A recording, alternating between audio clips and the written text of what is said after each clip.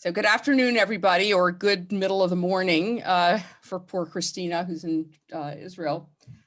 I just want to start by, I'd like to introduce somebody who's been signed up for the class, but who was not able to come last week. Joseph, do you want to just briefly introduce yourself, where you're from, while you're taking the class? Yeah, so I'm Joseph. Sorry, I had some family emergencies last weekend, but I'm a doctoral student here in Los Angeles, and I'm interested in conversion. Great. Well, I hope that you saw from the introductions last week that people are taking this class for many, many different reasons, right? Some people want to convert, some people just want to know more about Judaism, either as Jews or as non-Jews. Some people want to recover from their earlier Jewish upbringing. So, there are a lot of different reasons people take the class, and there is absolutely no obligation to convert at the end of this. But if you do want to convert, if you're thinking about it, please make sure that you have an appointment with me, because we need to sort of meet periodically. I know there are a couple of people here that I think are interested in conversion and have not made those appointments. So if you would just email me and let me know what your schedule looks like, then we can have monthly meetings just to kind of check in with each other. And as I mentioned, I also highly recommend getting a journal and keeping some, thoughts and feelings written up. It'll be useful for you later on. And then when you meet with me, please, have questions and comments and whatever. And you're also more than, free to email me during the week if you have questions. Some of them are questions other people are interested in. Sometimes the questions are a little bit esoteric, and so I will answer those privately. We're starting to look at rituals, Jewish rituals that basically provide a doorway into moments of joy, moments of sorrow. Rituals help us to navigate those moments in our lives. Okay, so the first one we're talking about birth and what happens at birth. We're going to hopefully get all the way through to 10th grade. And then next few weeks, we'll do other life cycle moments. So Brit Mila. Does anybody recognize the first word there? Covenant. Covenant, right? That we share with God. So it's the covenant of circumcision, okay? Remember, we talked last week about Berit, about covenant. So we have a deal with God, and it's a long-term deal. We do what God tells us to do, and God rewards us, theoretically anyway.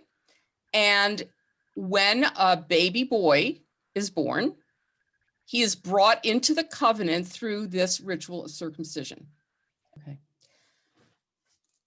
So we looked at this last week, if you remember. We looked at the covenant that was established with Abram, who becomes Abraham.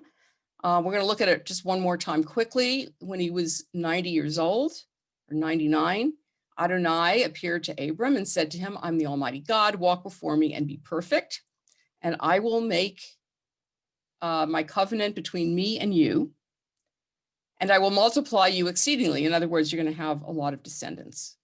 And Abram fell on his face, and God talked with him, saying, "As for me, behold, my covenant, my Berit, is with you, and you shall be a father of many nations. Neither shall your name anymore be Abram, but your name shall be Abraham," including the hay of God. "For I will make you a father of many nations, and I will make you exceeding fruitful. And I will make nations of you, and kings shall come out of you. And I will establish my covenant between me and you and your seed after you in their generations for an everlasting covenant," right? This covenant lasts forever, "to be a God unto you and to your seed after you. And I will give to you and to your seed after you the land in which you are a stranger, all the land of Canaan, for an everlasting possession, and I will be their God, the God of all of you." And this is what Abram and Abraham now needs to do. "You shall keep my covenant, and your seed after you. Between me and you, every man child among you shall be circumcised. And you shall circumcise the flesh of your foreskin, and it shall be a token of the covenant between me and you. And he that is 8 days old shall be circumcised among you, and every man child in your generation, He that is born in the house or bought with money of any stranger, which is not of your seed. So it's not just the people who are Israelites, but any sojourner. It's called a ger toshav, a stranger who lives with you, also has to be circumcised. And the person who's not circumcised is going to be cut off from the rest of the people. So the circumcision is the mark of being an Israelite and then later on a Jew. Okay, here are some of the laws of circumcision. It's the father's duty to circumcise his son if he knows how to perform it. Otherwise, he's allowed to delegate, which is a good thing because God forbid you should not really know how to do it. Don't take a knife into your hands. Now, if an infant is ailing, you have to be really careful. And if it's going to be harmful to the child's health, then you postpone it, okay? The primary mitzvah in Judaism is preserving a life. And so if it would be harmful to the child is sick in any way, you defer it. So that's really important. And so it could be performed at a later date. So no problem with that. But otherwise, it's 8 days after the birth. As soon as the infant is fit for circumcision, it's forbidden to delay the performance of the precept. Now, by the way, there are a whole bunch of things you're not allowed to do on Shabbat. When we get to Shabbat, we'll look into that. But you probably know that, work is forbidden on Shabbat, and anything that involves an activity that might be involved in the creation of something. The one mitzvah that you are allowed to do on Shabbat that otherwise you wouldn't be allowed to do is circumcision. So even if it falls on a Shabbat, you can still do the circumcision. Quick question about that. I thought that the reason for the 8 days was that somebody would experience their first, they would be able to experience Shabbat before having it happen. Isn't that why it's supposed to be 8 days? That's a lovely midrash. We'll get to the 8 days in a little bit. That's a beautiful midrash. But I had not heard that myself, but I'm sure it's out there. I was reading it in one of the books. Oh, really? In one of the books that I assigned? Yeah, I was reading it because I have decided to read cover to cover for the settings of silver rather than just this like passages. So. Okay, well, good. I'm glad it's, I did read the book, but I don't specifically remember that, but it's a beautiful midrash. And that's what midrash is. You just create these beautiful stories out of very little, but it's beautiful. Okay. If a woman lost 2 sons from the effects of the circumcision, okay, and it's apparent that the circumcision actually weakened their physical condition, her 3rd son must not be circumcised until he's grown up and has a stronger constitution. And if a woman lost a child because of the circumcision and the same thing happened to one of her sisters, then the children of her remaining sisters must not be circumcised until they are grown up and have a stronger constitution. So this is, a very humane way to deal with something that's a kind of controversial ritual, which we will talk about. Okay, so let's see what the significance is. So it is not something that was made up by Jews or by the Israelites, okay? Now, when Pharaoh's daughter finds the baby Moses in a basket on the Nile River, I always ask people, how does she know that it's an Israelite boy? And it's not because he was circumcised. It's because the edict from her father was to toss all the kids in the river. Circumcision is something that happened in the ancient Near East, okay? Not from where Abraham was from, but other places, including Egypt. So what we realize is that a lot of what we have, whether they're stories, whether they're laws, the building blocks of the Torah are actually borrowed from surrounding cultures. Some of the laws that you'll find in the Torah portion called Mishpatim, which means laws, right after the 10 Commandments. Some of those laws are reflective of laws from Mesopotamia, but they always have a twist to them. So actually in other cultures, as we'll see, circumcision was connected to fertility, and that is not the case at all for us, but we'll get back to that. Okay, so there is this, Yes. I have a question about about ancient Egypt, because when I was there in Abu Simbel at the Temple of Ramses II, as you enter in, there are all these celebrations of Ramses' victories over various peoples, okay? And the Semites are on one side and the non-Semites are on the other. And the way that the Pharaoh's army counted those from Nubia, right, where there was no circumcision, was to cut the foreskins off the dead and pile them up so they knew how many they had killed.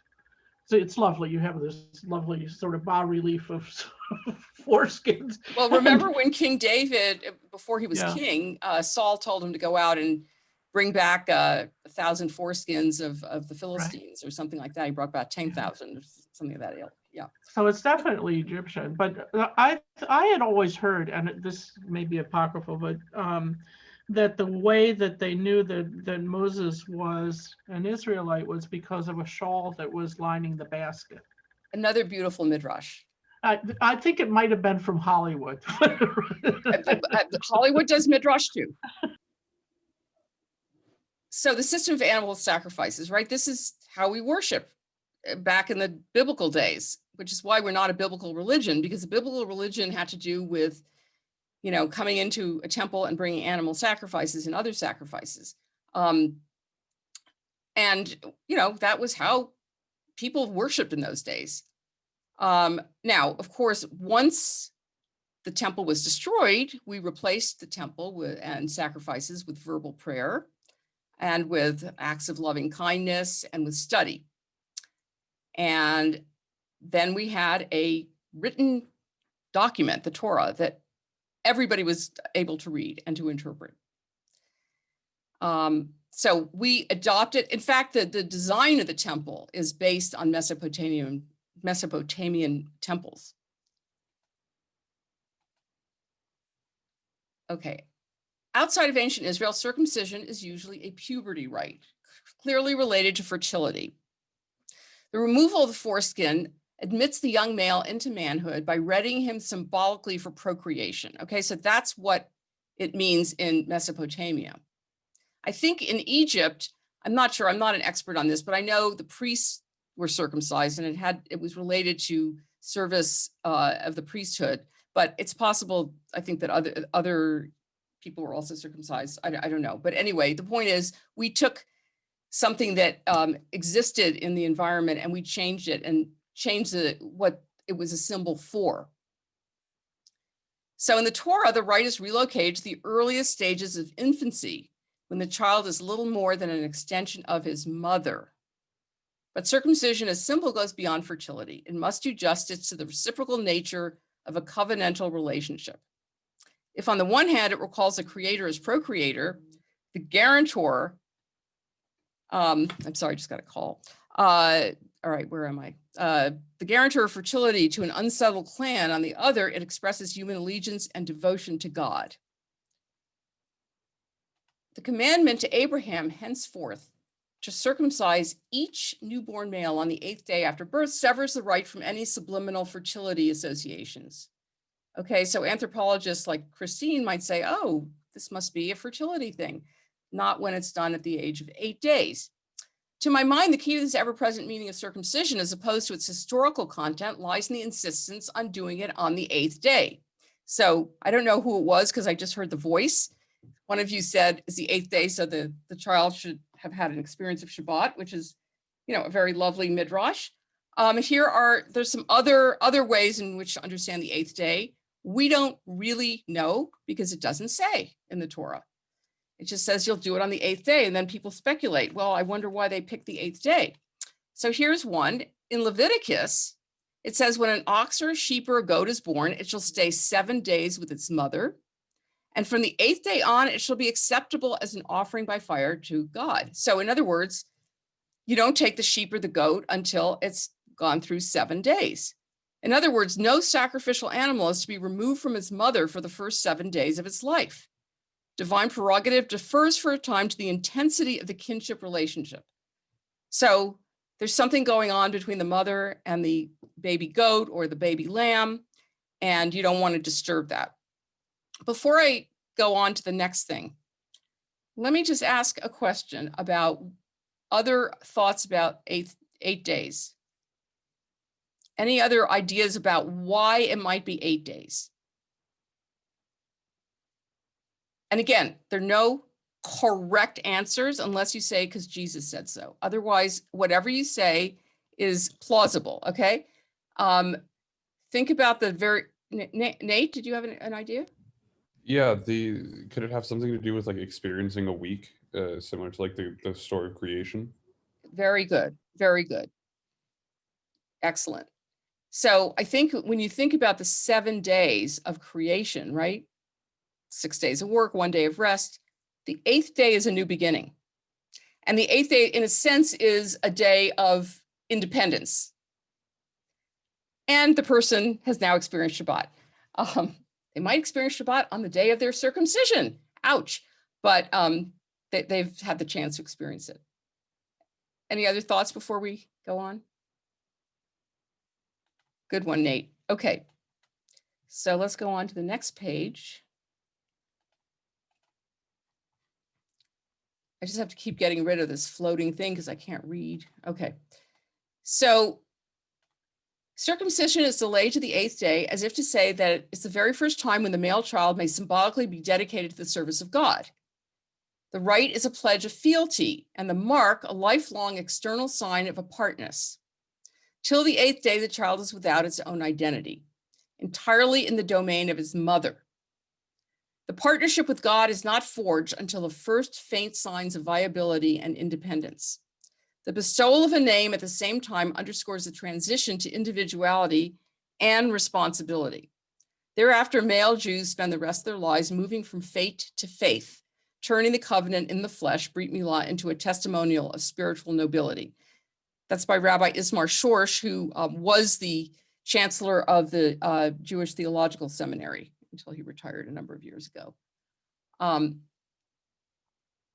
So when you have your Berit Mila, and we'll go into a little bit about what that's all about, you also receive your Hebrew name. So you're welcomed into the covenant with God, and you receive your Hebrew name. The Hebrew name, just to throw this out, because those of you who are interested in converting, you're going to have to pick a name at some point. In fact, I had to pick a name myself because I grew up in the early days of Reform with parents who were very non-religious. And when we get to the early days of Reform, you'll understand. And I never got a Hebrew name. That was just, those were days when you just tried to like pass for being a WASP as opposed to being, a Jew. So the temple I went to was very much like going to a cathedral or a Protestant church, something like that. So when I was going to be ordained, I needed a Hebrew name to be called to the Torah, right? I never had a bat mitzvah because they didn't believe in bar and bat mitzvahs in those days. I had confirmation, so we'll discuss all of that. So I had to pick a name. Now, the Hebrew name that you pick can be anything, really. You can either pick a name that starts with the same letter or an equivalent letter in Hebrew. So, for example, if your name is Donna, you might pick Devorah. Devorah is a Hebrew name. It starts with a dalet, which is similar to the D sound. You could pick the name of somebody that you admire in the Bible. You like Ruth, maybe pick Ruth. Or it could be somebody you admire, in politics. Golda Meir, for example. Okay, I think I'll take Golda as my name. Or Ruth. A lot of Hebrew names actually are Yiddish names, and that's okay too. So you have the name. Now, I picked a name that I don't actually love, but I had to take it anyway, which I'll explain. So Suzanne is the name of my mother's mother, who was killed in Auschwitz. And then the Hebrew for Suzanne or Susan is Shoshana. Oh. I'm not crazy about the name Shoshana. However, it is that name. And Shoshana means rose. And that's the name of my other grandmother. Oh. So I sort of felt like there's no way to not take that name. Then my mother told me, and I think she was actually incorrect, but she told me that Jews in Europe during the war or before the war, once Germany, came over, had to put a Hebrew name as their middle name. Now, I think it was Rachel, but she told me it was Rebecca.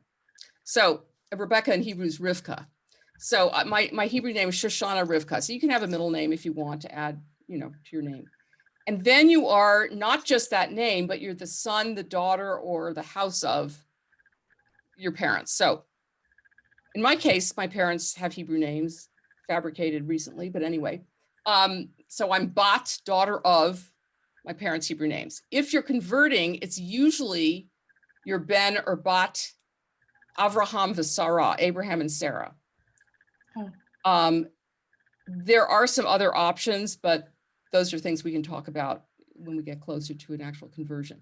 Now, because some people are not, male or female, they're non-binary, there's been added another way to do this called me bait. So instead of saying Ben, son of, or Bat, daughter of, it's me bait, which means from the house of. So that's a third option. And I'm sure there are other options that can be figured out. So you receive your Hebrew name and you're known in Israel as this person in Hebrew. Before we go on, any questions, any comments, any confusion? Okay, so we're going to go on to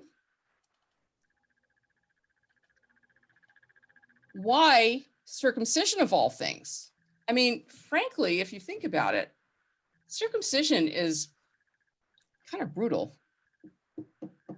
And why only the male children? We'll get to the women, to the girls in a bit, because obviously in the Reform movement, we believe that something should be done for the girls, not circumcision, however. So Michael Wishtegrod speculates that circumcision is a sacrifice made by curbing the life force. Now, to tell you the honest truth, some people say that once you're circumcised, sex is more pleasurable. Some people say it's less. I don't know. And I never had the guts to ask somebody but if the experience changed for them, because I do know some men who were circumcised as adults.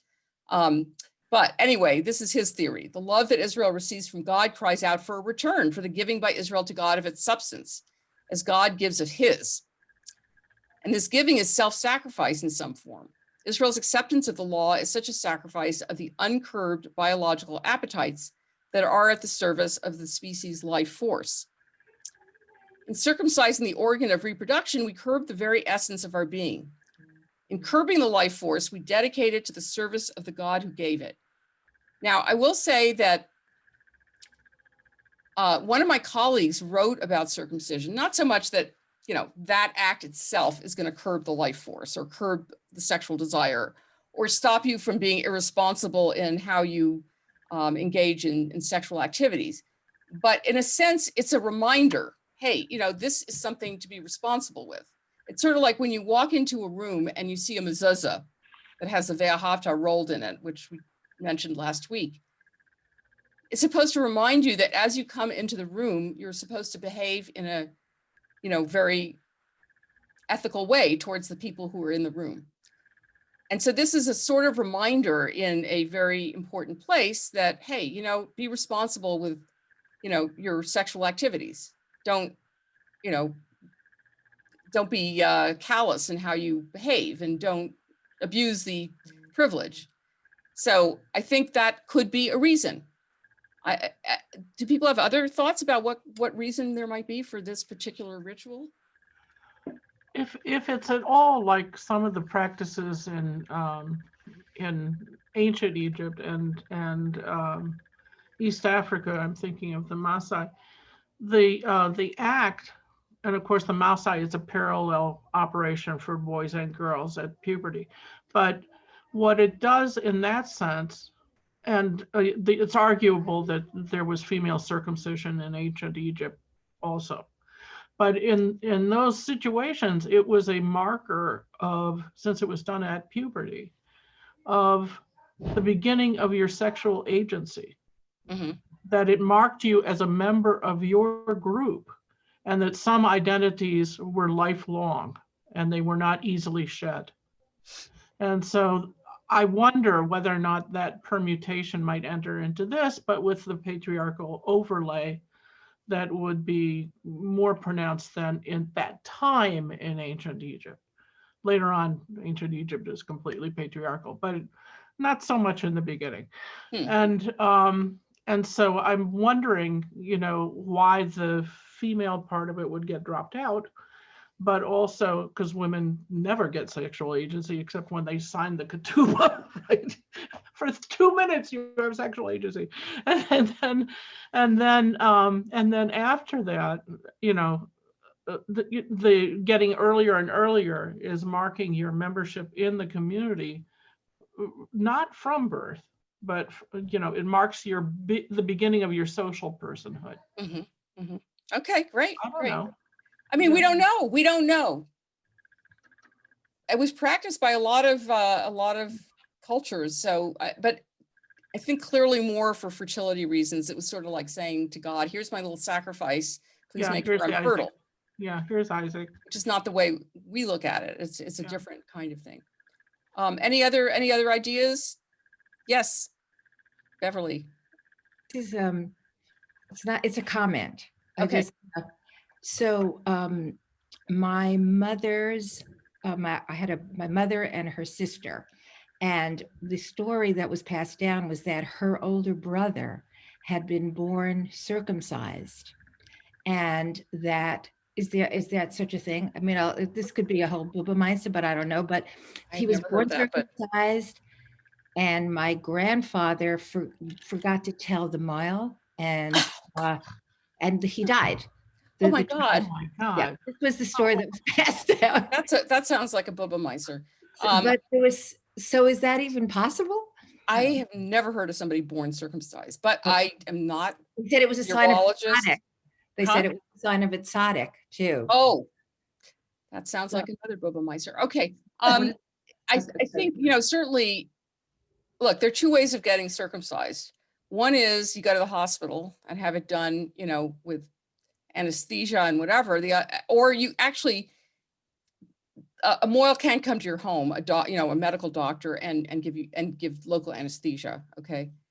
The other way is having an Orthodox rabbi mohel do it.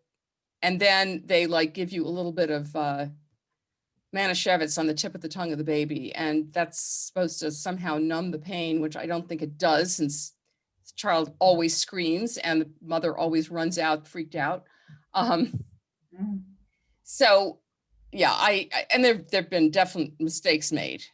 Yeah. As you can imagine, it's a very tiny area to do a surgery on. And I have a funny observation or comment on this one. So we lived in central Minnesota, which was as waspy can get when our oldest was born.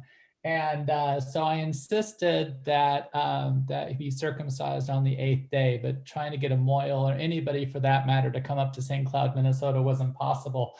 So our wonderful doctor said, "Don't you worry about it. We'll do it on the 8th day in my doctor's office. I'll say whatever you want me to say." A good Lutheran at that point. She's like, "I will say whatever you want me to say, and you can both be in the room."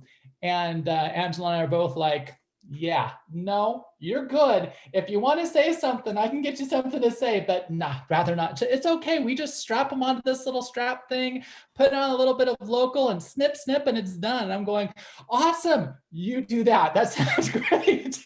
But that was the option in central Minnesota in the early 90s. Yeah, I think some of the men in this group are thinking to themselves, "Ugh." Okay, I had to discuss this with some 6th graders last year. That was fun. Okay, so I'm going to now share a midrash. Can I just add one thing? I think that this was one of the ways that I suspected that my family might have a hidden history of Judaism, because my mother insisted that my brothers get circumcised, in this case, in the hospital at birth. And my father, who was a Southern white boy, just freaked out, "Oh, they'll never be men." And my mother said, "No, we have to do it."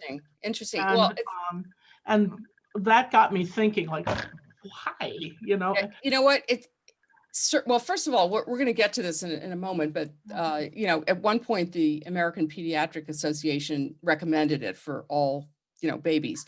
But just imagine an interfaith marriage where you know, one of the partners is not Jewish, has not been brought up Jewish, and the Jewish partner says, okay, we're going to circumcise this kid. Like, you're going to what? And we need to talk about what, you know, why it's what it is and why it has remained. So we will do that momentarily. I'm going to share my screen now with a midrash, a famous midrash. So midrash basically, you know, takes story, you know, stuff that's not clear. Okay, so why do we do this? So this is, you know, probably from the Talmud, and Rabbi Akiva, who's a very famous rabbi, there's always a rabbi facing off against some dumb Greek or Roman person, okay? Somebody with a name like this, Tyrannus Rufus. And they ask some question, and of course they get shown up by the rabbi. So here's one of them. So this Greco-Roman guy, some Roman guy goes, why do you practice circumcision? And Rabbi Akiva brought him sheaves of wheat and white bread and said to him, these are the works of the Holy One, and these are the works of flesh and blood. In other words, you know, God makes it possible for there to be wheat, but then human beings take the wheat and make it into bread. Which one's superior? And then he says, here's a bundle of flax, and then here's some garments, right? The flax comes from God. The garments come from human beings. And so, in other words, we add value, is what you might call it. Value added, right? God gives us some raw material, and we make it better by adding our mitzvah to it. And so Rufus says, well, if God desires circumcision, why does a person not exit his mother's womb circumcised, like this story that we just heard? And Rabbi Akiva says, well, why does he come out with his umbilical cord attached? Does his mother not sever it? In other words, you know, the people who will say, for example, oh, you know, don't give somebody medicine, God will cure them. Well, you know, no, God also gave us tools that help us fix things or make things better or heal people. So your umbilical cord doesn't come off on its own, and neither does the foreskin. So why is he not born circumcised? Because the Holy One gave us the commandments only in order to refine us through them. And so said David, every word of God is refined. So, I want to show that yet. The point is that we have mitzvahs, as we saw last week, 613, and they're there to refine us and to refine things that God gives us. And so God is giving us the opportunity to do this extra thing, okay? I mean, that's how the rabbis understand it, you know, whether you're convinced by that argument or not is another story. Okay, so let's look at Reform's perspective on Midrash. I mean, on circumcision. In emphasizing the importance of Brit Milah, the Talmud equates it to all the other mitzvot, and indeed credits it with preserving the very existence of the world. In Christian lands, it was an unmistakable permanent marker of Jewishness. In Muslim lands, it marked Jewish male children. Its complex psychological significance in a classically male-centered Jewish spirituality cannot be overstated. As Christine noted, we're talking about a patriarchal culture. And so the men enter into the Brit, not the women. It is true that the first generations of reformers were deeply ambivalent about it. Kaufman Kohler, who was a president of Hebrew Union College and who wrote the platform for the reform movement in the late 1890s, which we will take a look at the end of the series of classes, called it a barbarous cruelty and recommended its abolition. It is quite likely that most Reformed Jews would have ceased to practice circumcision had it not been for the view that gained currency in the early 20th century that circumcision conveyed hygienic and health benefits, okay? So, you know, the Jews, especially in the beginning of the 20th century, didn't necessarily do a lot of the mitzvahs, of the commandments, and maybe they would have said, yeah, why do we need to do this? But the Pediatric Association said this was important for health and hygiene. So that's probably why it, it became so widespread. But certainly, if you really think about it, why do this? It does not seem like something, in the 20th and 21st centuries, we necessarily want to keep doing. So before World War II, lengthy postpartum hospital stays for middle and upper class women and their infants made it easy to arrange a hospital circumcision with or without ritual. When you think about it, it used to be that if you went and delivered a baby, you would be in the hospital for a week. Now they kick you out as soon as they can. So, okay, we wait a week, we get the circumcision done in the hospital, we're all set. Now, of course, we have shorter hospital stays. And then you start wondering, is this something we should be doing? Just like Doug was saying, where do you get it done? How do you get it done? Should we get it done? Now, response committee are basically, there's a committee in the reform movement that will respond to legal questions. Now, they're legal in terms of Jewish law. We're not talking about, the law of the land. We're talking about Jewish law. So there was a question obviously asked about, hey, can we just ignore this? And this guy, Israel Beton in 54, no, absolutely do not stop doing this. But reform responses since then have followed in insisting on the importance of Mila on the 8th day. As a movement, we have encouraged Reform Jews to choose Brit Milah on the 8th day and have facilitated this by training Reform Mohalim Mohalot. So a mohel or a moil is the Yiddish, mohel is the Hebrew, and mohalim is the plural masculine, mohalot is the plural feminine, because there are a few Reform mohalot. So let's just talk about this a little bit. It does seem pretty barbaric. In fact, it wasn't just Kaufman Kohler who called it barbaric. Abraham Geiger, who was the founder of the Reform movement in Germany, also said it was barbaric. Why do you think we do this? Why did we get it? I mean, I'll tell you, of all the mitzvahs that were jettisoned by the Reform movement, right? Kosher food, whatever, observing the Sabbath, that's the one thing that was not given up. So what are your thoughts? There's no correct answer to this question. My thoughts from what I've read so far is that because it wasn't practiced as fervently until the destruction of the Second Temple, that it's seen as a pillar that has held up over such a long period of time as part of the community. And by severing that tie to the community, that's why the Reform community is so set on keeping it, is that it would sever that last tie to the historic way that things have been since the 70 Common Era. Okay, that sounds like an explanation. Any other thoughts, Christine? I think I've always thought of it as a way of making sure that there was a way of marking membership in a community in diaspora. And that despite the diaspora, it was the community bringing the person in and marking them for life. But also, it's the marker, a bodily marker that was the only one that's really acceptable, that tattoos are not, and so on, which is why alongside murder is one of the reasons that the Holocaust was so incredibly painful for anybody going through that Arbeit macht frei, and that it's a desecration. Mm-hmm. So this is the only sacred marking of the body. Okay, great. Any other thoughts? Yeah, go ahead. I just find that again, I mean, it's been stated, and I think there's so much to it that if you look at what especially as we moved into diaspora, especially as we were on the European continent, as we went off to other areas, except for when we were close to the Muslim communities, we were separate.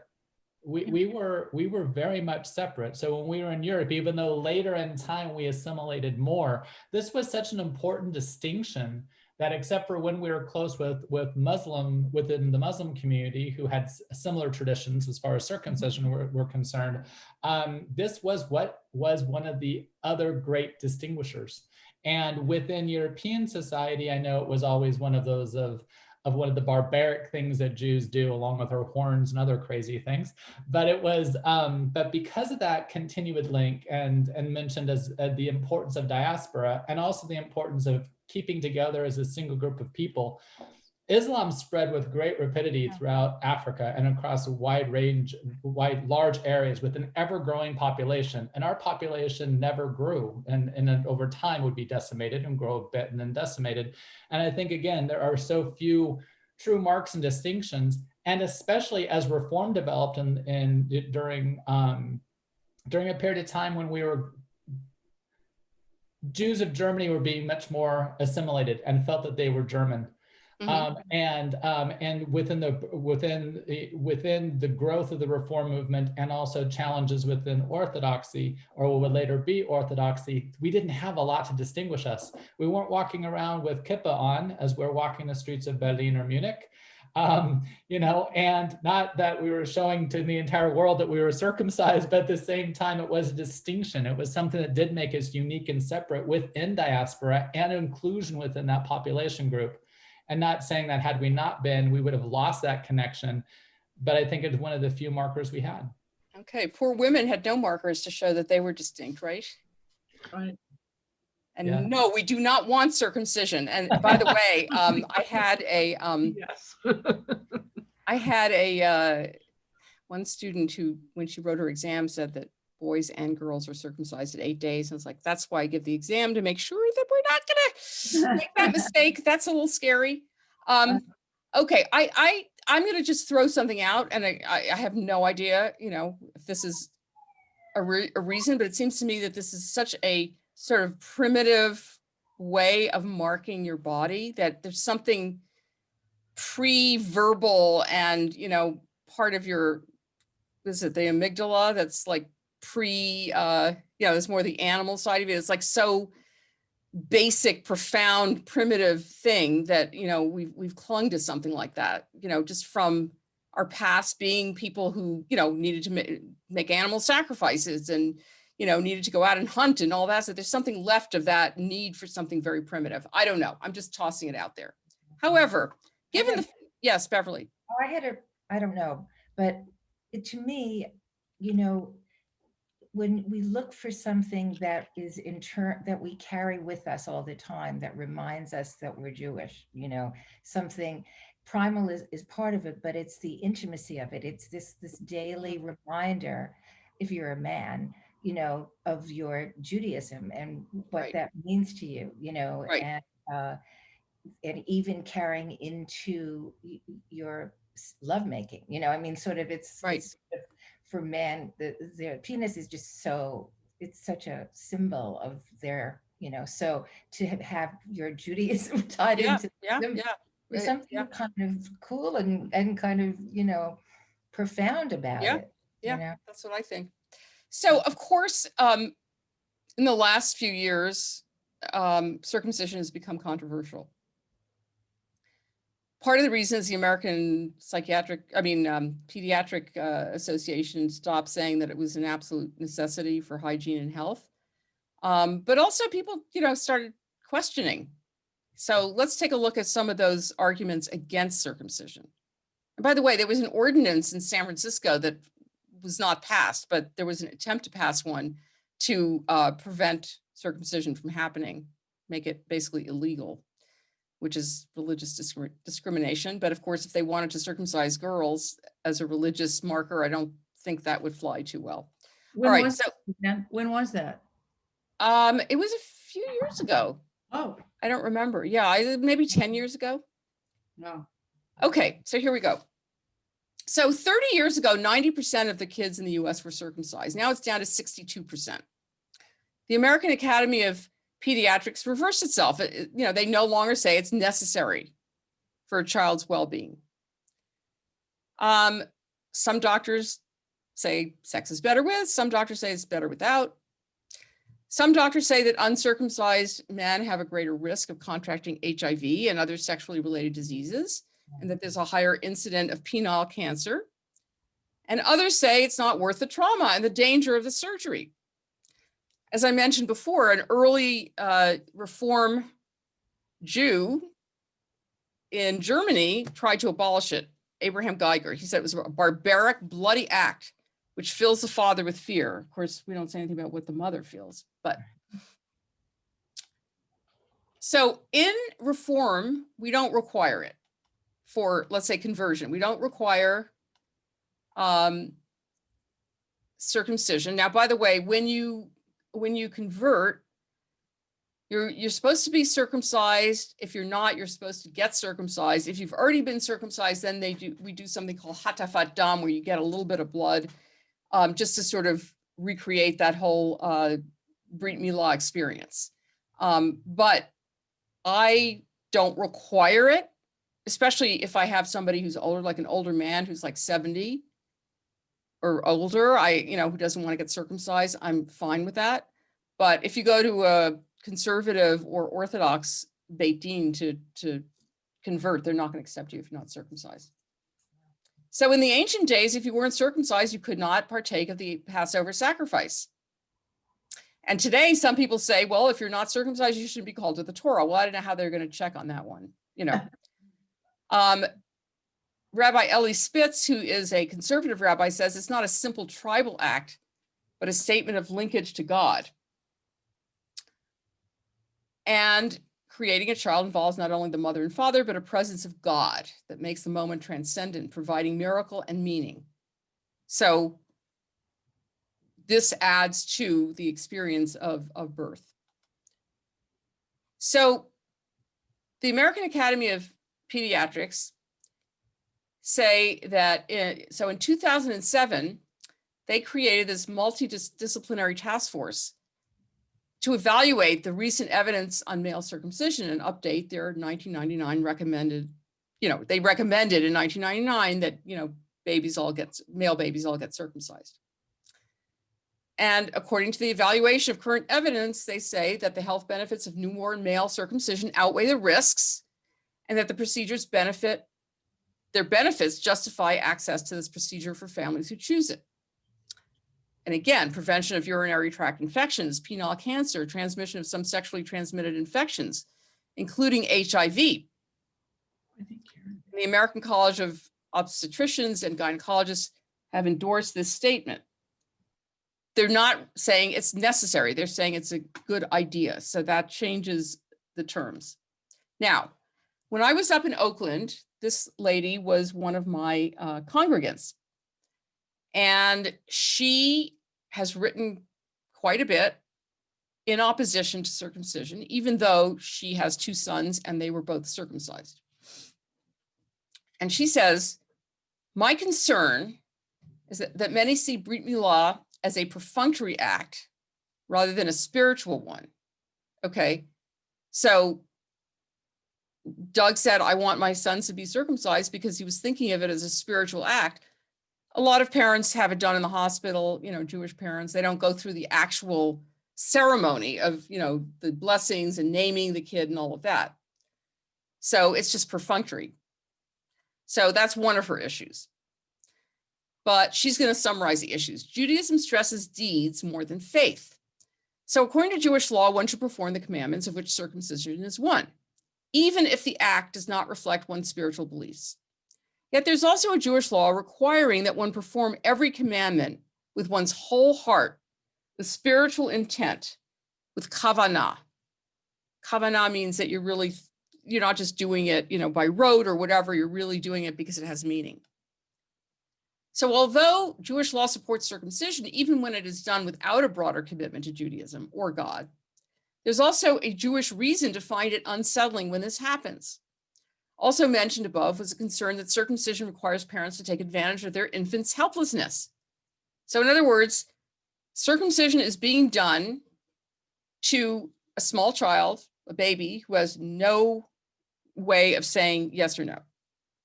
And the idea that we have a moral obligation to protect those who cannot protect themselves is a Jewish concept. So in other words, why would you impose pain and suffering on this little kid, since there's also a commandment not to do that.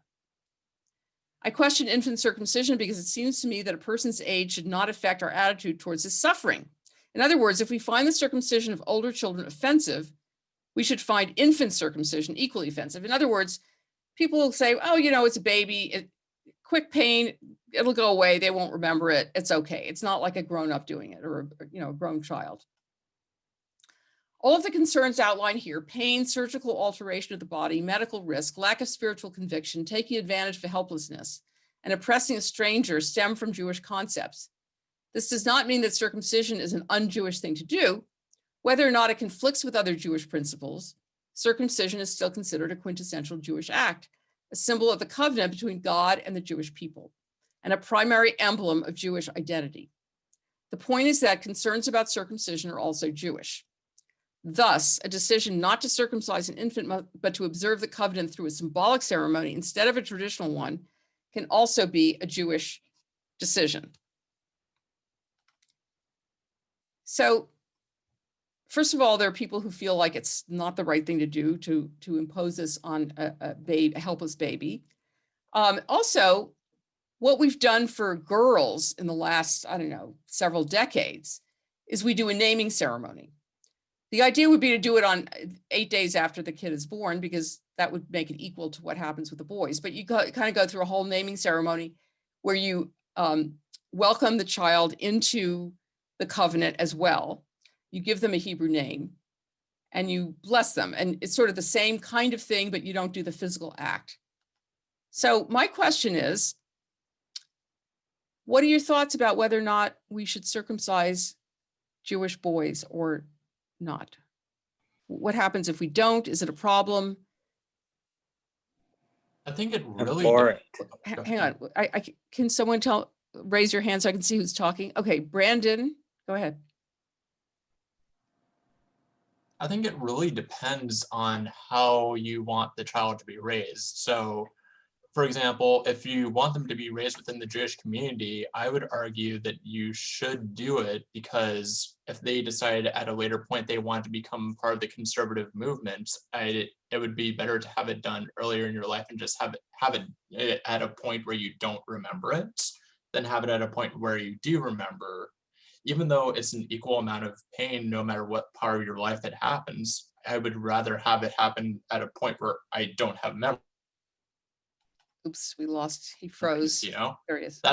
But if it's somebody who they want their child, if they want their child to have a choice of what community to be a part of, then making the choice for them, that's where it becomes challenging. So. Okay. Christine, hang on just one sec. I just want to see if anybody else have some thoughts? I mean, pro or con. David. Oh, hi, everyone. No, I was going to say I agree to everything you said. I mean, I would have said the same exact thing. Okay. Christine? Well, I think, again, that if you're going to do something for, a group identity, religious reasons, that's one thing. But let's not prettify it by saying that there are scientific rationales for it, because the 2007 study that said, it's more healthful and fewer HIV infections and so on. This is only true if the male involved is either not practicing safer sex or doesn't clean his prepuce very well. Okay, so we might end up with the masking issue here, but it's right. Well, there are circumstances, but there's also one other thing, which is that it was a lot of the 1950s stuff, saying it was much better, was the same time that it was argued, despite every parent's experiences of a bris, that that infants didn't feel pain. Right. And right. It's palpably not true ever, right. But there it is. So for me, there are reasons, as Brandon pointed out, that you would go along with doing it, and at the same time, it's also not non-Jewish to say that parents have the responsibility until the age of knowing, until the bar or bat mitzvah, for the children and their children. So making a decision for a child isn't exactly wrong. Right. Okay, I mean, that is sort of the role of parents, is to do that. David, I can get to you in 1 second. I just want to say that these various mitzvahs, like keeping kosher or circumcising yourself, it's certainly possible that way back then there were health reasons for doing all that. But if that was the only reason, then we would stop doing all that, right? Why would we still keep kosher? So David, go ahead. And David, by the way, did you introduce yourself last time? I didn't know, but oh, okay. So why don't you quickly introduce yourself? I didn't remember that you weren't here. So yeah, I watched all of yours. You were also like nice. I felt so comfortable. I'm basically consider myself Jewish, even though I'm not. So I'm planning on converting, but I just find it fascinating, and the rabbi is amazing. And I learn a lot from you. Flattery will get you everywhere. Yeah, my spouse already took the class, and he loves her. So. Loves her. Thank you. Okay, so do you think it's important to circumcise or not? I was just going to add one more thing that I didn't mention. I think what you're calling it, I should know this, but mitzvah, because you're calling it like for that reason alone. Mitzvah is commandment. Mitzvah, but for that reason alone, I kind of like it, because if I feel like we have like a more of like a tradition, like I feel like it should be required. I don't know. That's just what but I agree with everything he said. Okay. Well, very good. Bobby. Whoops. Hi. Speaking as someone who's not Jewish, it takes me aback. I mean, it's such an extreme thing. I have to say that I agree with the reform idea, which is it's not required, and it gives everybody a choice, because it's a very extreme thing. You know, in today's day and age. That's my own opinion. Brandon? The one thing I will say is, even though it's extreme, it's it's a lot easier for me if I were to go through the conversion process now than if I were to try to do because I was circumcised around on the 8th day and all of that. So it's a lot easier now than if I were a normal convert. And I was given the option of, if I want to convert, it's a lot easier to convert now. So I'm going to have us take a break, but I just want to say one thing before we do, and that is that not only do I not require it for a conversion, but also I've had parents come to me and say, we want to give our baby a Jewish name and welcome him into the covenant, but we have not had the child circumcised, and I will do a baby naming. I will do the whole thing. There are rabbis who won't do it, even in the Reform movement. So I do feel like it should be, a choice that people make, as opposed to feeling that that's an obligation. Both sides of the argument make sense. They totally make sense. It's a very complicated issue.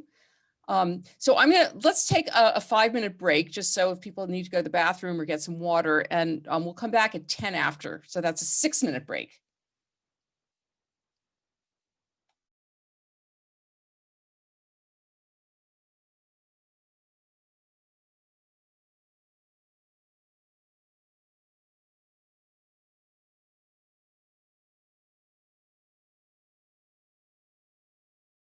So you got a very quick and dirty introduction to a bar mitzvah.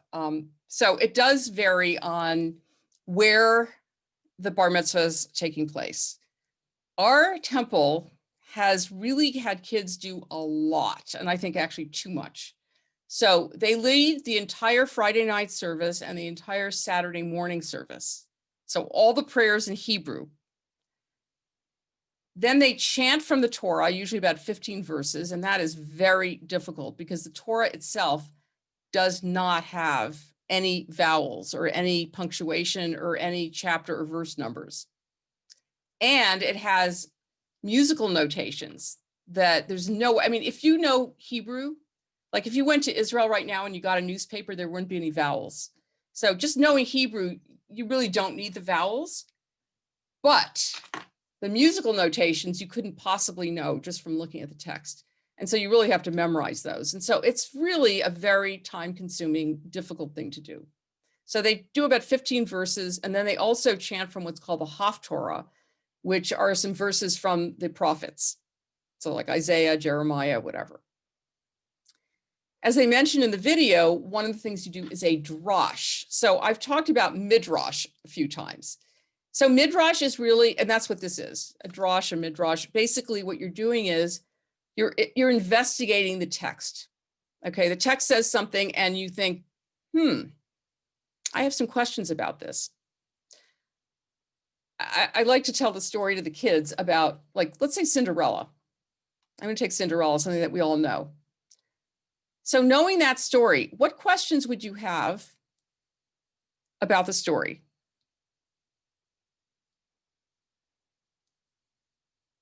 You all know the story, right? This guy has a daughter, his wife dies. He remarries a stepmother with 2 stepsisters. They're all really mean to Cinderella. She's called Cinderella because she has to clean up the ashes from the chimney, and she dresses in rags, and the girls are going off to some big fancy ball, and they're going to meet the prince, and Cinderella can't go. But then her fairy godmother comes along and transforms her clothing into a ball gown and transforms a pumpkin into a coach, and etc. Right? She meets Prince Charming. And then she has to run away at midnight because she's told that it's all going to end at midnight. And then eventually the prince is looking for her, and whoever could fit the glass slipper that was left behind is the one who he'll marry, and then he finds her. Okay. Questions about that story? Why, if she was finally happy, okay, and the prince comes and rescues her, why is she so viciously vengeance against her stepmother and stepsisters? Wait, I don't know. What version did you read? Oh, this was the Grimm one. The Grimm one. Oh, because there's a Haitian version where she takes in her stepmother and stepsisters. Well named, Grimm. Okay, but there's a good question from the Grimm brothers who think of only the worst possible scenarios. Come on, you guys. You must have... Cinderella was actually a French fairy tale, right? Yeah. But the Germans, of course. The Germans, yes. Turned it into torture, and they had like red hot boots put on the stepsisters and the stepmother, and they were made to dance for eternity. Oh wow! Nice, okay. You know. Okay, you guys must have questions. Come on. I'm the same way. I've only learned the Grimm one, so yeah. It doesn't matter, even just from the beginning. Yeah. What? You don't have questions about the beginning, Stephen? Why did they always have to kill the mother off? Wait. To the mother-in-law. Why is it Stephen? I just wondered why the mother died. Why did the mother die? Right. We don't know why the mother died. Sasha, did you have a question? Yeah, I just always want to know, like, why was the father never talked about in a more critical sense? And like, he married such an awful woman, and his own daughter was being treated horribly, and he just kind of didn't care. Right. Like, what was he doing during all this time? What else? Any questions about that glass slipper? Yeah, well, why didn't it disappear with along exactly? Why didn't the glass slipper disappear with everything else, right? The coach and the dress and the everything disappear, but the glass slipper didn't. Okay, so, we can ask a lot of questions if we care to. That's what we do with a Torah text. We look at it and we go, For example, Abraham is told to leave Haran, right? And to go to the land that God will show him. Why did God pick Abraham? What was it about Abraham that was so terrific did he prove anybody have any thoughts about why Abraham? It could possibly be the fact that since he was 99 at the time that he was talked to, he was considered a wise man among men. That's true, but that's later. I think he moved maybe when he was in his 60s. I don't know. It's hard to tell time-wise, but he didn't get circumcised until he was 99. So yeah. Okay, so what the rabbis do is they ask the same question, right? The rabbis will, either there'll be a word that's weird, or there's a letter missing, or something's going on. So they look at this and they go, wait a minute, why Abraham? Who is this guy? So they make up a backstory, okay? And really and truly, there's not much I mean, sometimes they really base it on stuff that's in the story, but this is out of whole cloth. So they imagine that Abraham's father has an idol shop. I'm sure you've heard that, some of you have probably heard the story and think it's in the Torah, and it is not. They imagine that his father has an idol shop. And somehow Abraham at the age of 12 or something already realizes that these idols are like not real gods. And he smashes them. And when his father comes back, what happened to my idols? And Abraham says, well, they were fighting with each other because they were hungry. And he goes, well, how could they fight with each other? They're just, wood and stone. And Abraham says, exactly, they're not real. They're not real gods. So they make up the story to say, oh, Abraham already knew that idols and, many gods didn't make sense. So he was someone ripe and open to the possibility of finding out that there's only one God. Made it up. I'll give you another example. Jacob and Esau. You may know that story. They don't get along. Starting in the womb, they're fighting, right? And Esau and Jacob have a very difficult relationship. Jacob, basically blackmails his brother into giving him the rights of the firstborn in exchange for a bowl of stew. And then he steals the blessing of the firstborn by tricking his father. And Esau says, I'm going to kill him. And so he has to run away. And he's gone for about 20 years, gets married, has kids, comes back. Now he's really worried. When I meet Esau again, Esau's probably going to want to, kill me. So he's very careful. He sends a lot of gifts ahead to say, oh, look, I have these gifts for you and whatever. But what actually happens is when Esau and Jacob meet, Esau kisses Jacob. Well, the rabbis don't like Esau. And above the word to kiss are 6 dots in the Torah. Now, for all we know, the scribe splattered his ink. But there are these dots there anyway. So the rabbis say the dots are there for us to reinterpret this word. And what it really means is that Esau bit Jacob. Now, the word for biting and the word for kissing in Hebrew are very close. And so that's how they do it. So the plain meaning of the text is not always how the rabbis understand the text. That's what a midrash is. It's taking the text and trying to either understand it differently, reinterpret it, which they feel is absolutely what we're supposed to do with the Torah. The Torah was not meant to be interpreted one time way back thousands of years ago. It's meant to be reinterpreted all the time. And they really believe that, God wrote the Torah and God wrote it in such a way that there are things that are calling out to be interpreted. So when a kid has a bar mitzvah or a bat mitzvah or a b mitzvah, one of the things they do, and this is something that was the case even way back when, or in a traditional synagogue, where really somebody with a b'nai mitzvah is actually going to read a little bit of Torah, a little bit of Haftorah, and give a drash, an interpretation, and that's it. They don't do all the prayers and all the services. So, but I want to share with you an outline of a service. Okay, we're going to talk about confirmation afterwards. Let me get rid of this panel. Okay.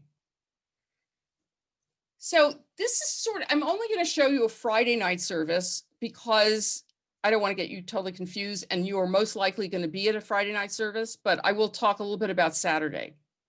Because Friday evening traditionally was actually not the main service. Friday evening was actually a short service, and most of what you did really was celebrated at home. Saturday morning was really the important service because that's when you read the Torah. In Reform congregations, since kids have soccer and baseball and God knows what else, and people don't show up on Saturday morning, this Friday night service became more important. So this is roughly what a Friday night service looks like. There's usually a candle lighting towards the beginning. Also, there's something called a kiddush where you bless the wine. And I didn't include that here, but you know, that's not really technically the service. It's just that it migrated from the home into the synagogue. So the first part of the service is called Kabbalat Shabbat, which means welcoming Shabbat. And that's what Kabbalah means, by the way, is receiving. Shabbat is sort of treated by the Kabbalists, who are the mystics of the tradition, as a bride. And we're welcoming the Shabbat bride. And traditionally, people would go out into the fields wearing white on Shabbat to welcome the Shabbat.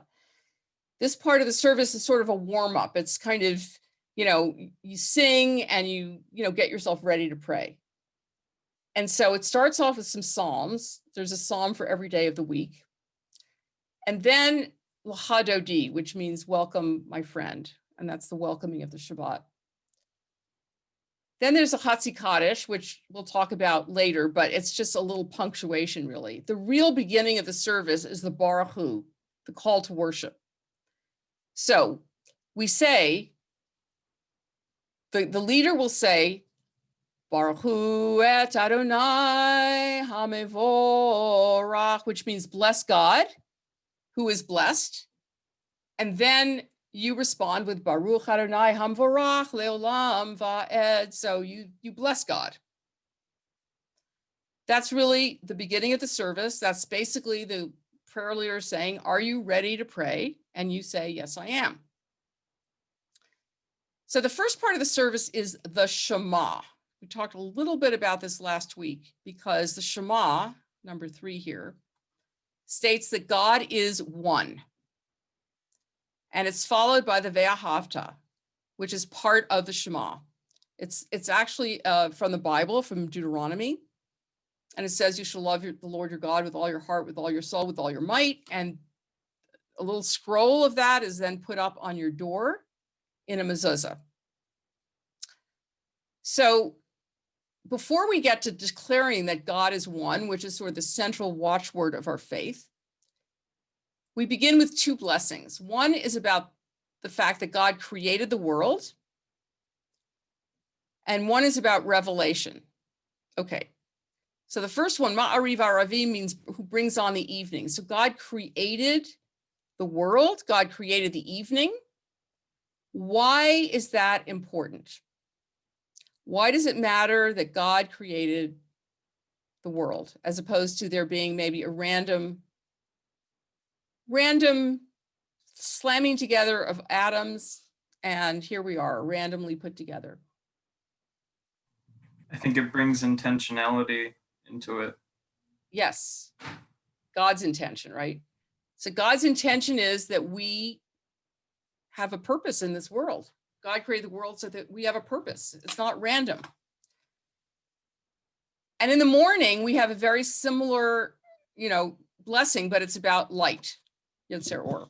Because at night we talk about God bringing on the evening. In the morning, we talk about how God brings on light. Then we have revelation.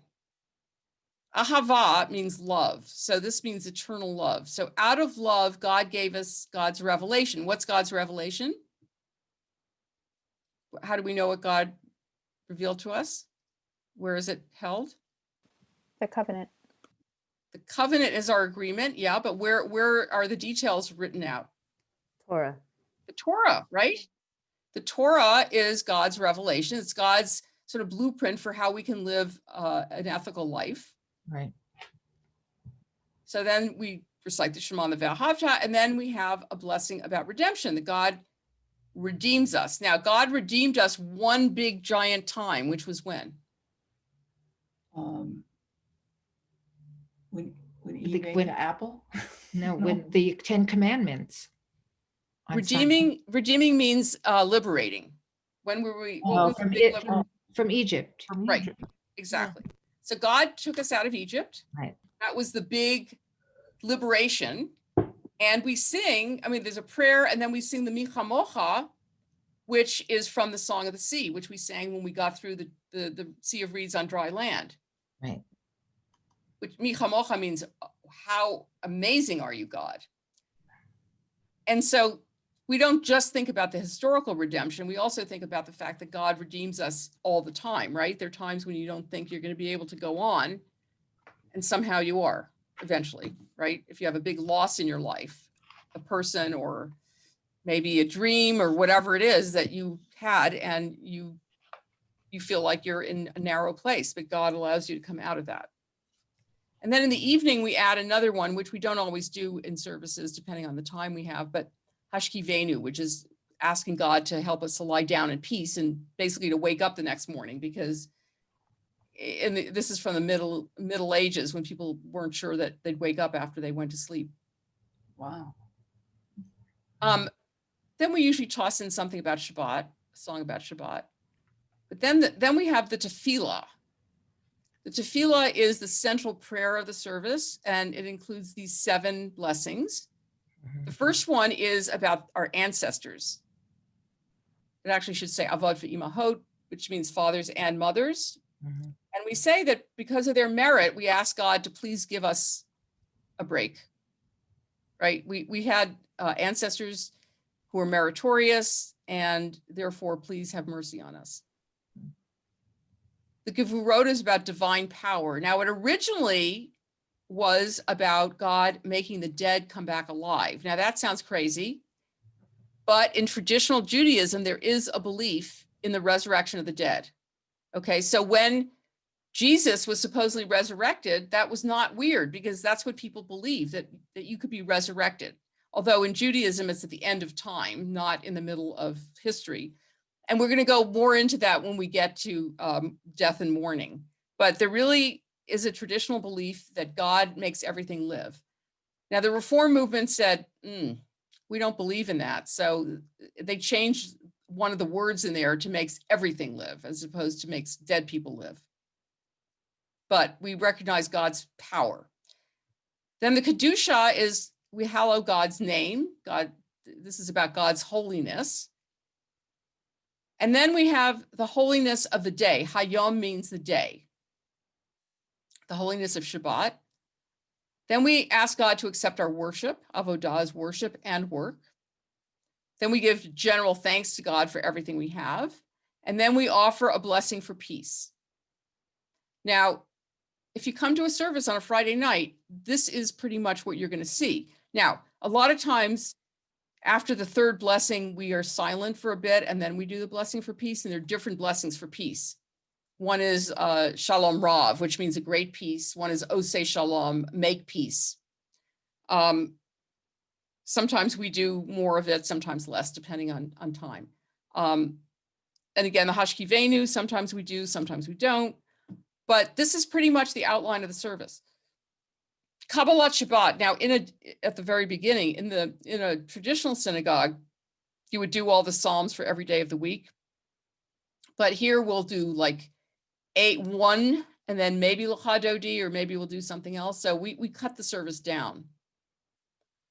Now, after you go through all of this, on a Friday night, I usually would give a sermon.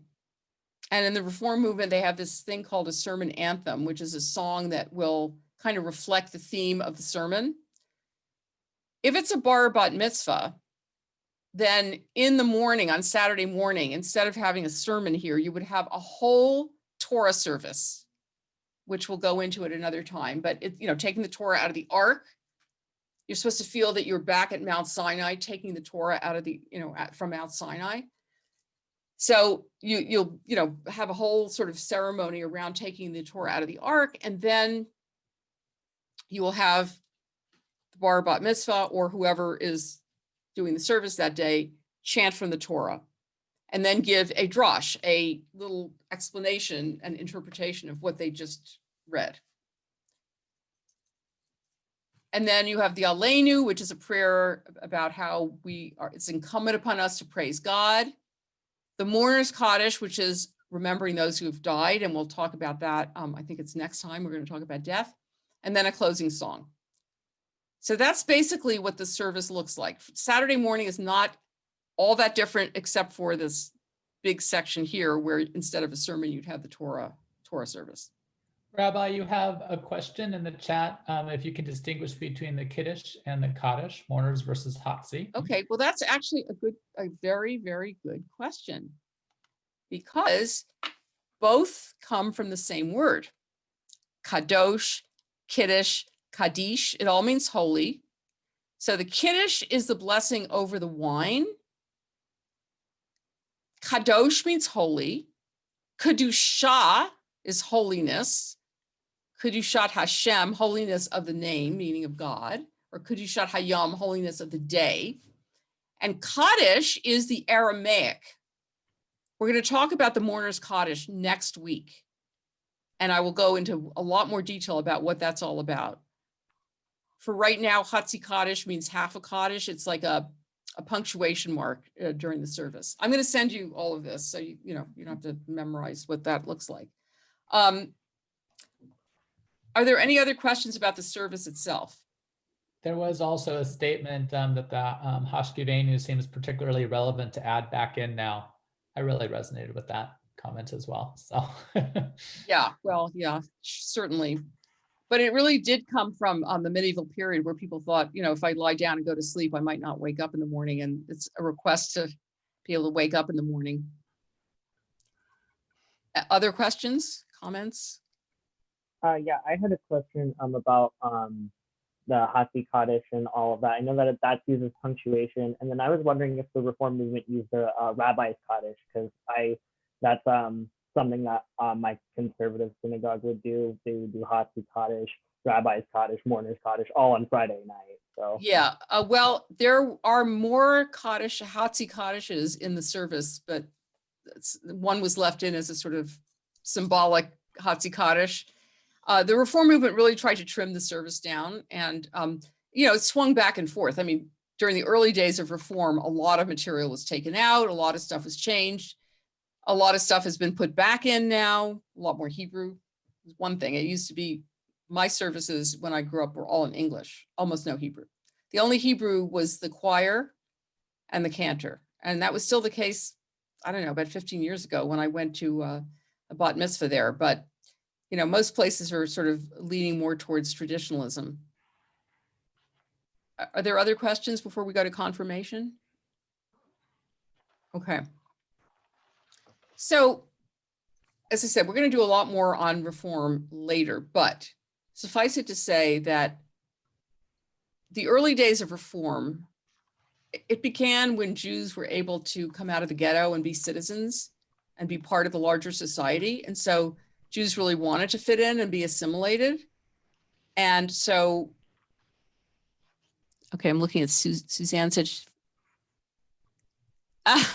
she was shocked that they handed at a bat mitzvah, that they handed liquor to children. That's funny. Actually, our bar mitzvahs, we don't put wine in the cups, or for any of the kiddush, we put grape juice. And Manischewitz is not something I think that would get somebody too addicted to wine because it's so gross. But anyway, some people like it. Okay, so anyway, in the early days of Reform, we decided, we want to fit in. So the services were completely changed eventually to become what I experienced as a kid, which is an organ, the rabbi and the cantor wearing robes, which is certainly not a Jewish thing at all.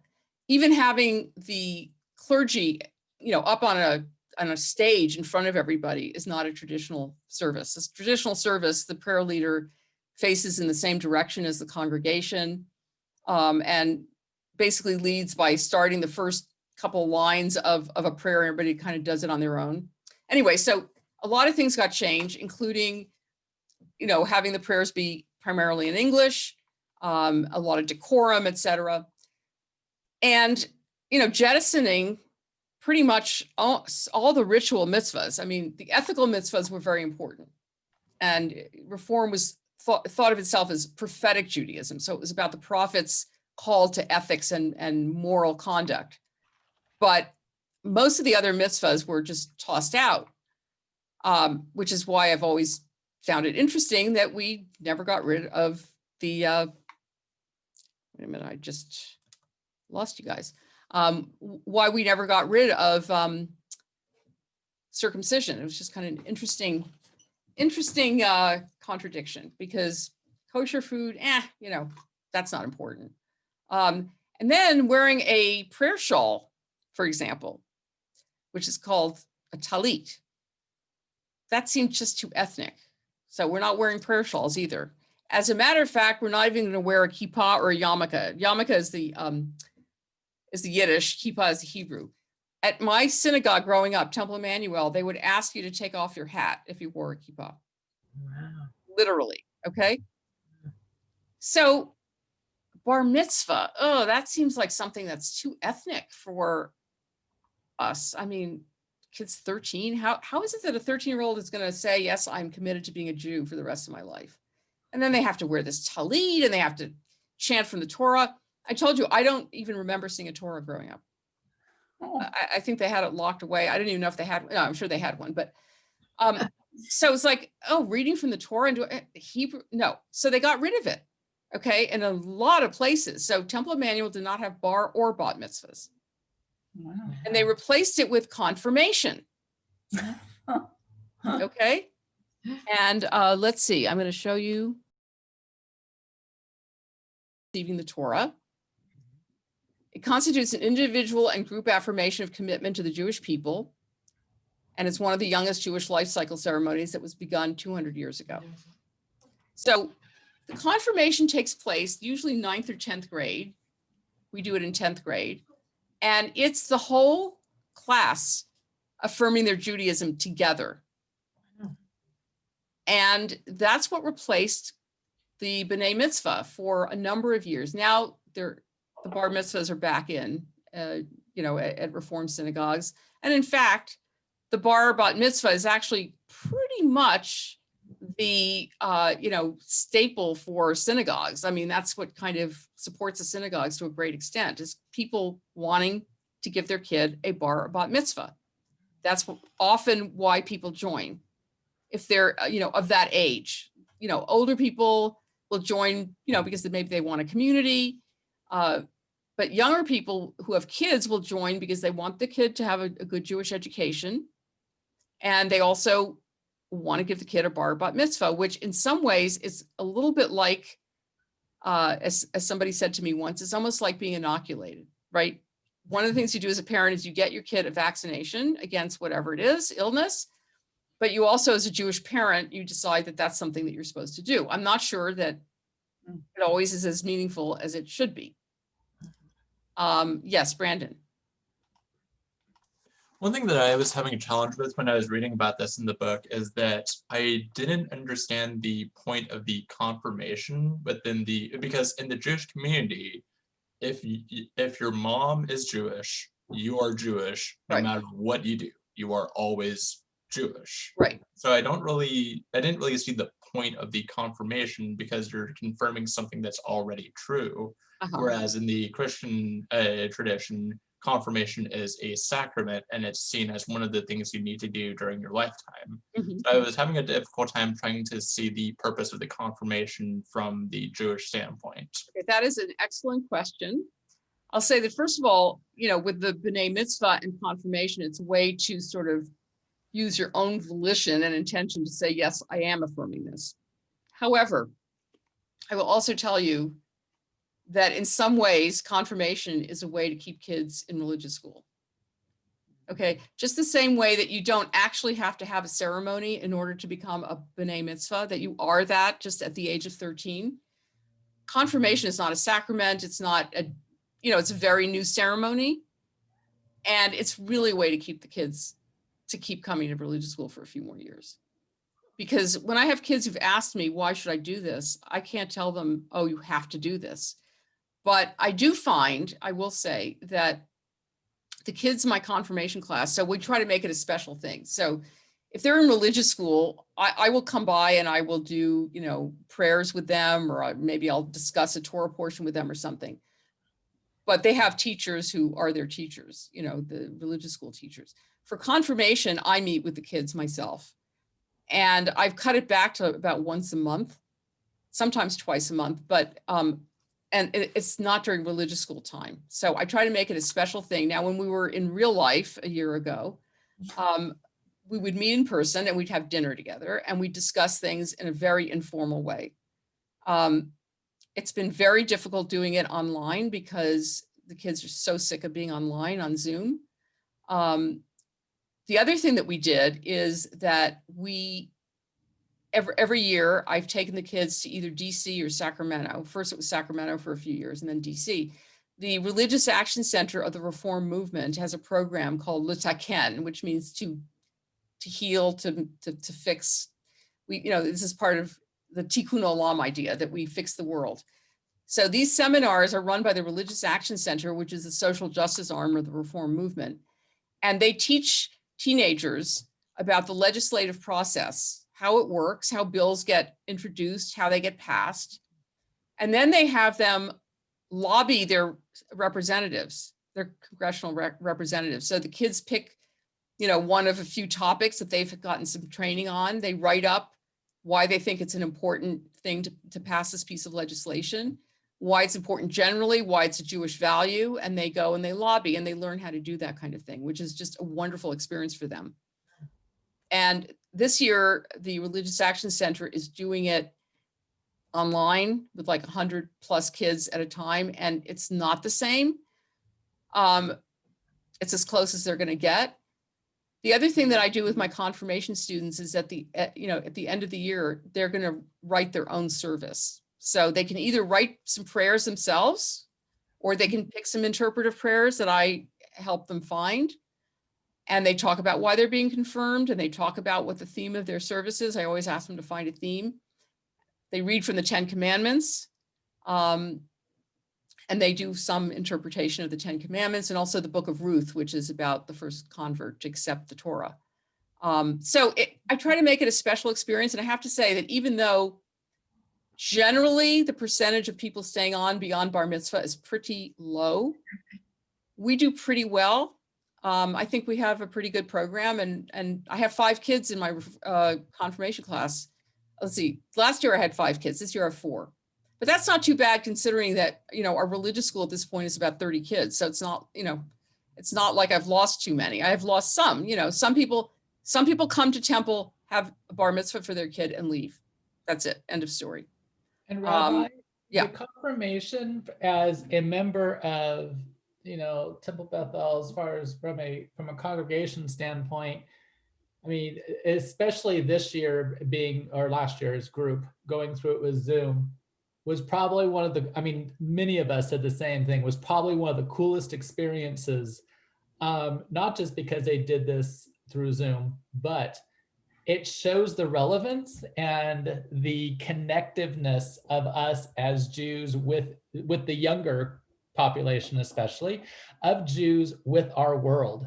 And that was awesome. And I know it has been in the past too, but I know so many people have commented on this because it was such an incredible connection of how Judaism is absolutely relevant now with our youth.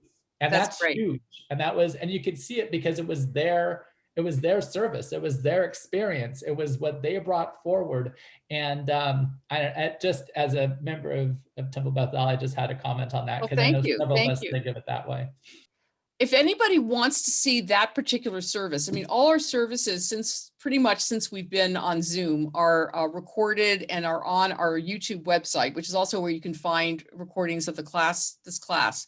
So you just go to YouTube and put in Riverside Temple Bethel, and I have a playlist. So there are Torah studies, there's adult ed, there's services. I think this one is under a special service. It was like the end of May or beginning. Yeah, it was the end of May. So that would be, interesting for you to see. There are no bar mitzvahs, unfortunately, online because so far the kids who've had bar mitzvahs have delayed them. They don't want to do them online, which is unfortunate because we're going to have a batch of them all together at some point. And it's the way it is. There's one kid who's doing one in February, only half of it though, the Friday night part of it, but he's going to read from the Torah. So, you can attend that if you want. It'll be kind of interesting for you to see that. Okay, let's see. It's 3 o'clock. So I'm going to say goodbye unless you want to, if you want to stay on and talk and ask questions or just chit chat, that's cool too. I'm perfectly happy to do that. But if you have something else you need to do, please feel free to sign off.